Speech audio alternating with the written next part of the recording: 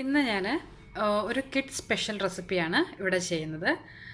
കുട്ടികൾക്കൊക്കെ ടിഫിൻ ബോക്സിൽ കൊടുത്തു വിടാൻ പറ്റുന്ന ഒരു ഷവർമ പോക്കറ്റ്സാണ് ഞാനിവിടെ ചെയ്യുന്നത്. ഇതൊരു ചെറിയ കുട്ടി ഷവർമയാണ് നമ്മൾ ഇന്നിവിടെ തയ്യാറാക്കുന്നത്.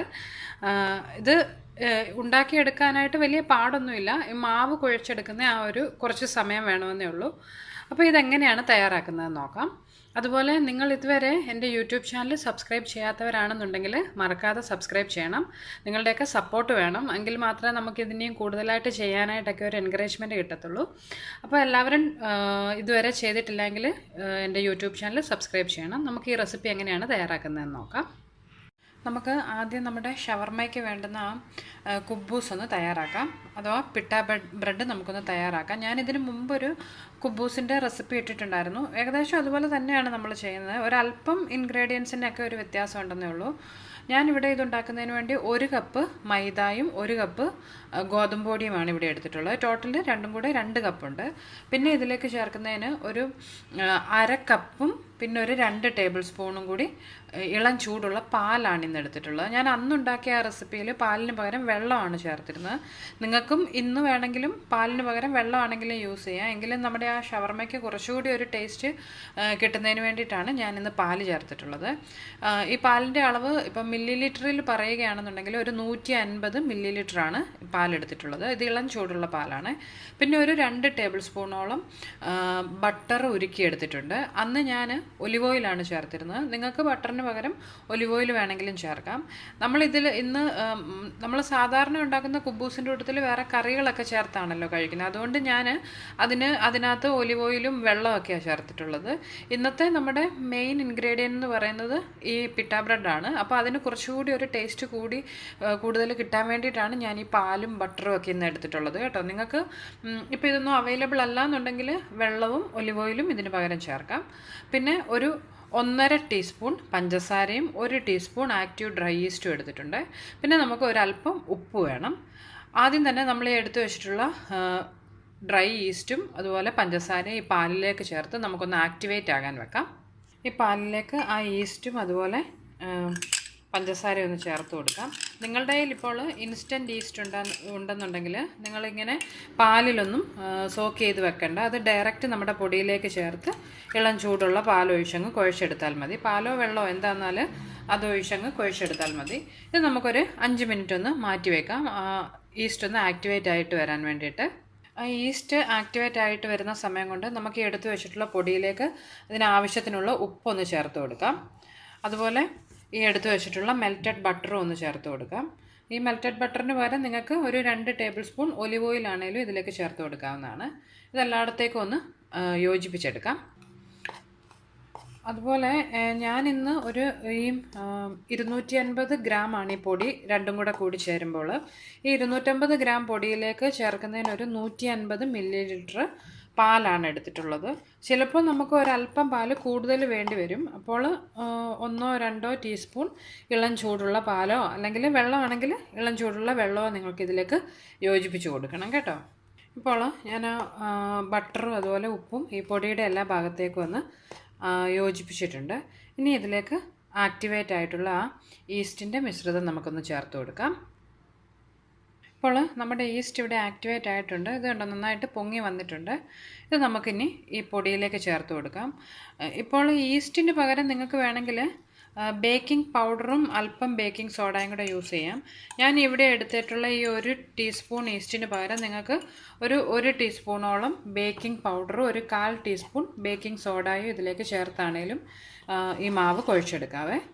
അപ്പം നമുക്കിതിനെ ഒന്ന് നന്നായിട്ട് യോജിപ്പിച്ചെടുക്കാം. നിങ്ങൾ കുഴച്ചെടുക്കുമ്പോൾ നമ്മളുടെ ചപ്പാത്തിക്കൊക്കെയുള്ള ആ ഒരു പരുവത്തിൽ ഇത് കുഴഞ്ഞു കിട്ടണം. അപ്പോൾ ഇതിലേക്ക് ഇനിയും കുറച്ചുകൂടി വെള്ളം വേണമെന്നുണ്ടെങ്കിൽ ഒരല്പം ഇളം ചൂട് വെള്ളമോ അല്ലെങ്കിൽ ഇളം ചൂട് പാലോ നിങ്ങൾക്ക് ഇതിലേക്ക് ചേർത്ത് കൊടുക്കാം. നമുക്കിതേതായാലും നന്നായിട്ടൊന്ന് നീഡ് ചെയ്തെടുക്കാം. ഇപ്പോൾ ഞാൻ നമ്മുടെ മാവ് ഇവിടെ നന്നായിട്ട് കുഴച്ചെടുത്തിട്ടുണ്ട്. നല്ല സോഫ്റ്റ് ആകുന്നത് വരെ കുഴച്ചെടുക്കണം.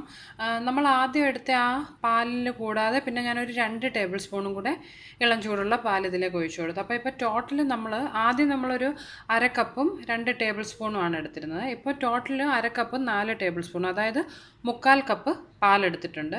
അത് മില്ലിലിറ്ററിൽ പറയുകയാണെന്നുണ്ടെങ്കിൽ 180 മില്ലിലിറ്ററോളം പാലിപ്പോൾ ഇതിലേക്ക് ഞാൻ ചേർത്തിട്ടുണ്ട്. നമ്മളുടെ ഗോതമ്പ് പൊടിയുടെ മൈദയുടെയൊക്കെ ചിലപ്പോൾ കൂടുതൽ പാലും ചിലപ്പോൾ കുറച്ചാണെങ്കിലും ഒക്കെ വേണ്ടി വരും. അതുകൊണ്ട് ഇത് കറക്റ്റ് ആയിരിക്കുകയല്ല, ഒരല്പം അങ്ങോട്ടും ഇങ്ങോട്ടൊക്കെ മാറ്റം വരും. നല്ല സോഫ്റ്റ് ആകുന്ന വരെ നമുക്ക് കുഴച്ചെടുക്കാൻ പറ്റുന്ന പോലെ പാല് ചേർക്കണം.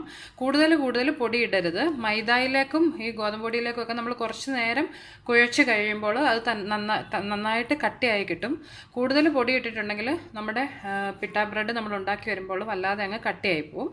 ഇനി ഇതിൻ്റെ മുകളിലേക്ക് ഒരല്പം ഒലിവ് ഓയിലും കൂടെ നമുക്കൊന്ന് ഒഴിച്ച് ഇതൊന്ന് അടച്ച് ഒരു മണിക്കൂർ ഒന്ന് മാറ്റി വെക്കാം.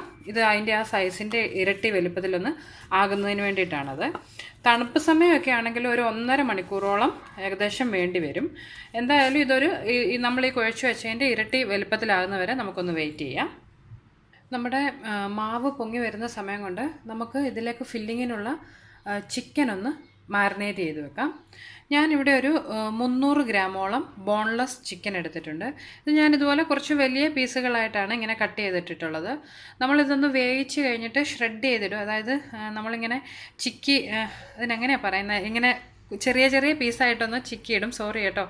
പിന്നെ ഇതിലേക്ക് ചേർക്കാനായിട്ട് ഞാനിവിടെ ഒരു 1/2 ടീസ്പൂൺ മഞ്ഞൾപ്പൊടി, 1/2 ടീസ്പൂൺ മുളക് പൊടി, 1/2 ടീസ്പൂൺ കുരുമുളക് പൊടി, പിന്നെ ആവശ്യത്തിന് ഉപ്പ് ഇത്ര എടുത്തിട്ടുണ്ട്. നിങ്ങൾക്ക് ഈ മുളക് പൊടി വേണമെന്നുണ്ടെങ്കിൽ മാത്രം ചേർത്താൽ മതി. ആ ഒരു റെഡ് കളർ വേണ്ടാന്നുണ്ടെങ്കിൽ മുളക് പൊടി ഒഴിവാക്കിയിട്ട് കുരുമുളക് പൊടിയുടെ അളവ് ഒരല്പം കൂടി കൂട്ടിയാൽ മതി കേട്ടോ. പിന്നെ ഇതിലേക്ക് ചേർക്കുന്നതിന് വേണ്ടിയിട്ട് ഒരു ടീസ്പൂൺ നാരങ്ങാനീര് എടുത്തിട്ടുണ്ട്. അതുപോലെ ഒരു 2 ടീസ്പൂണോളം വെജിറ്റബിൾ ഓയിലും എടുത്തിട്ടുണ്ട്. നമുക്ക് ആദ്യം എടുത്തു വെച്ചിട്ടുള്ള ചിക്കനിലേക്ക് ഈ ഇൻഗ്രീഡിയൻസ് എല്ലാം ഒന്ന് ചേർത്ത് നന്നായിട്ട് മിക്സ് ചെയ്തെടുക്കാം. ഇതിലേക്ക് ഈ പൊടികളും അതുപോലെ നാരങ്ങാനീരും ഉപ്പും എണ്ണയും നമുക്കൊന്ന് ചേർത്ത് കൊടുക്കാം.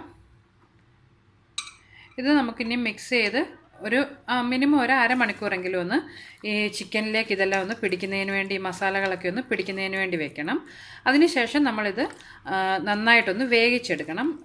എളുപ്പത്തിന് വേണമെങ്കിൽ കുക്കറിലിട്ട് ഒരു വിസിലല്ല 2 വിസിൽ വരുന്നവരെ വേവിച്ചെടുത്താൽ മതി.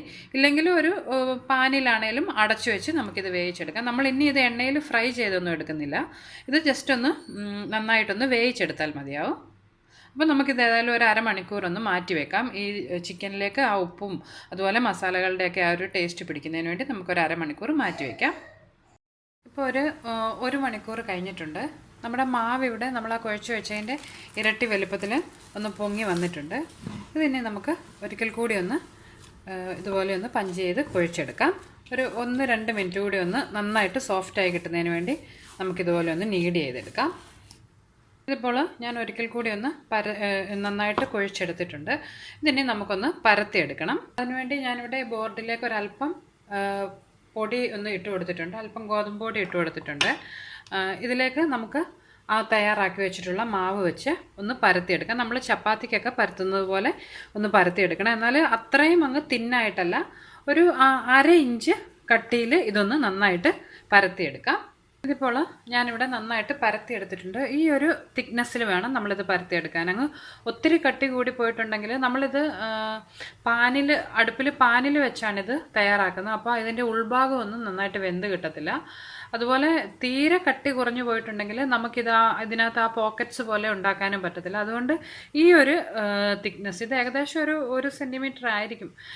അത് നിങ്ങൾ അതിൻ്റെ ആ ഒരു അളവിലൊന്ന് എടുക്കാൻ ശ്രദ്ധിക്കണം കേട്ടോ. ഇനി നമുക്കിത് ഒന്ന് കട്ട് ചെയ്തെടുക്കണം. ഇതുപോലെ ഒരു പാത്രത്തിൻ്റെ അടപ്പോ അല്ലെങ്കിൽ റൗണ്ട് ഷേപ്പിലുള്ള വല്ലോ ചെറിയ ബൗളോ വല്ലോ ഉണ്ടെങ്കിൽ അതുകൊണ്ട് നമുക്കിതൊന്ന് കട്ട് ചെയ്തെടുക്കാം. തീരെ ചെറിയ ബൗളാകരുത്, ഒരു അല്പം വലിപ്പമുള്ള, നമ്മളുടെ ഒരു പൂരിയെക്കാട്ടിലും കുറച്ചുകൂടി ചെറുതാണിത്. ആ ഒരു സൈസിൽ നമുക്കിതൊന്ന് കട്ട് ചെയ്തെടുക്കാം. ഇതിപ്പോൾ ഞാനിവിടെ കട്ട് ചെയ്തെടുത്തിട്ടുണ്ട്. നമുക്കിത് മറ്റൊരു പാത്രത്തിലേക്ക് മാറ്റാം. ഞാനിവിടെ കുറച്ച് വലിപ്പമുള്ള ഒരു പാത്രം എടുത്ത് അതിലൊരല്പം എണ്ണ ഒന്ന് തേച്ച് കൊടുത്തിട്ടുണ്ട്. ഇല്ലെങ്കിൽ ഇത് ആ പാത്രത്തിലങ്ങ് ഒട്ടിപ്പിടിക്കാൻ ചാൻസ് ഉണ്ട്. നമുക്കിത് മറ്റൊരു പാത്രത്തിലേക്ക് ഇതുപോലെ ഒന്ന് മാറ്റാം. ഇപ്പം മറ്റൊരു പാത്രത്തിലേക്ക് മാറ്റിയിട്ടുണ്ട്. ഈ ബാക്കിയുള്ള മാവ് ഒരിക്കൽ കൂടി നമുക്കൊന്ന് കുഴച്ച് ഇതുപോലെ തന്നെ പരത്തി കട്ട് ചെയ്തെടുക്കാവുന്നതാണ്. ഇപ്പോൾ ഞാനിതിവിടെ പരത്തിയതിന് ശേഷം ഇങ്ങനെ റൗണ്ട് ഷേപ്പിൽ കട്ട് ചെയ്തെടുത്തിട്ടുണ്ട്. ഞാനിവിടെ ഒരു 2 വലിപ്പത്തിലുള്ളതാണ്. ഒന്ന് കുറച്ച് ചെറുതാണ്, ഒരെണ്ണം അതിലൊരല്പം കൂടി വലുതുമാണ്. അപ്പോൾ എനിക്ക് ആ ചെറിയ ഒരു 7 എണ്ണവും വലിയൊരു 4 എണ്ണവും ഇവിടെ ആ എടുത്ത 2 കപ്പ് മാവ് കൊണ്ട് നമുക്ക് തയ്യാറാക്കാൻ പറ്റി. പിന്നെ നിങ്ങൾക്ക് ഇതിലും കുറച്ചുകൂടി വലുതായിട്ട് വേണമെങ്കിലും ആക്കാം. നമ്മുടെ ഈ പോക്കറ്റ് ഷവർമ എന്ന് പറയുമ്പോൾ അത് കുറച്ച് ചെറുതാണ്, അതുകൊണ്ടാണ് ഞാൻ ചെറിയ ഷേപ്പിൽ കട്ട് ചെയ്തെടുത്തിട്ടുള്ളത്.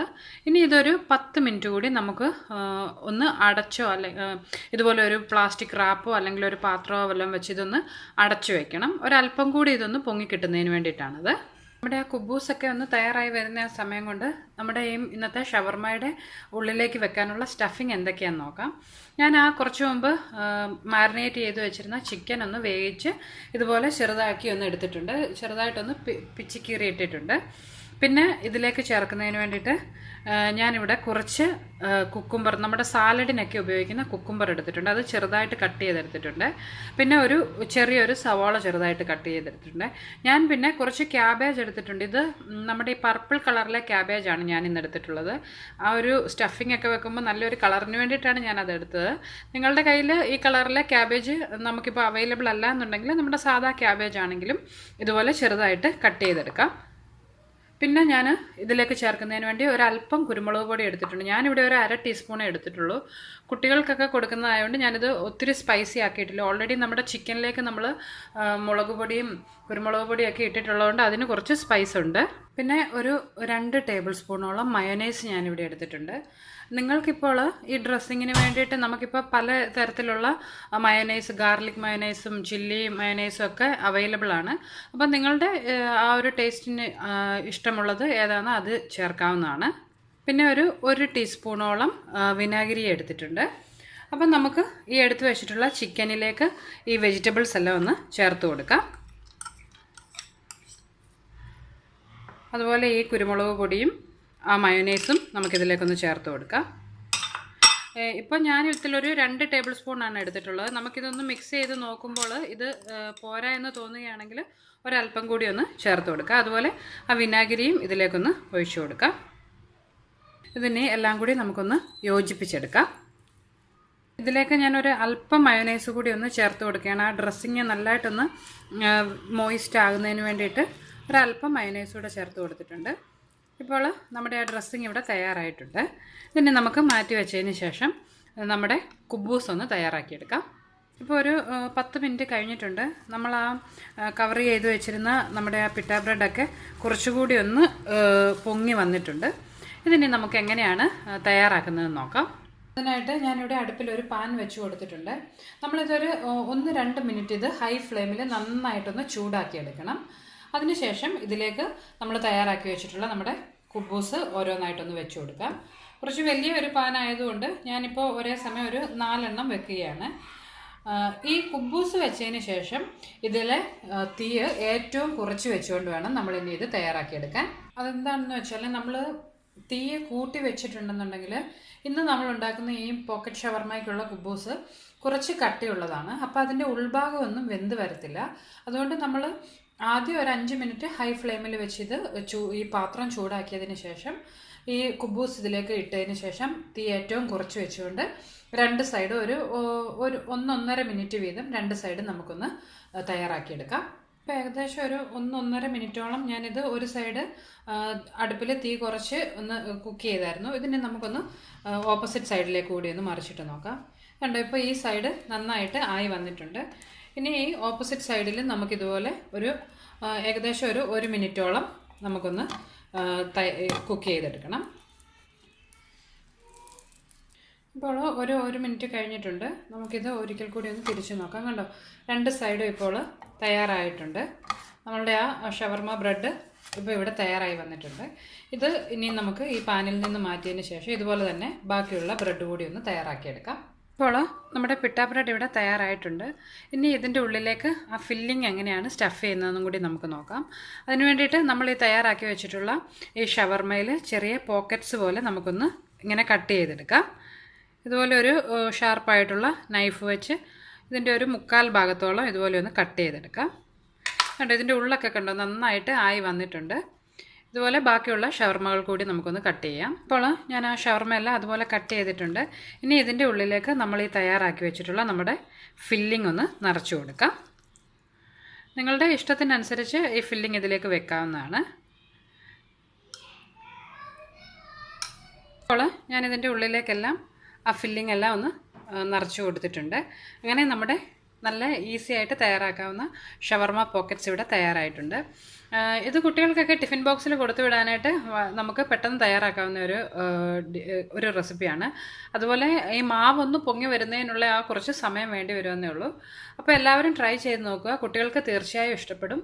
അതുപോലെ വെജിറ്റബിൾസ് ഒക്കെ കഴിക്കാത്ത കുഞ്ഞുങ്ങൾക്ക് ഇതുപോലെ കൊടുക്കുകയാണെന്നുണ്ടെങ്കിൽ കുറച്ച് വെജിറ്റബിൾസൊക്കെ അവരുടെ ഉള്ളിലേക്ക് പോവുകയും ചെയ്യും. അപ്പോൾ ട്രൈ ചെയ്ത് നോക്കുക. അതുപോലെ നിങ്ങൾക്ക് എൻ്റെ റെസിപ്പീസൊക്കെ ഇഷ്ടമാകുന്നുണ്ടെങ്കിൽ നിങ്ങൾ മറക്കാതെ എൻ്റെ യൂട്യൂബ് ചാനൽ സബ്സ്ക്രൈബ് ചെയ്യണം. നമുക്ക് ഇതുപോലെ നല്ലൊരു റെസിപ്പിയുമായിട്ട് വീണ്ടും കാണാം. ബൈ.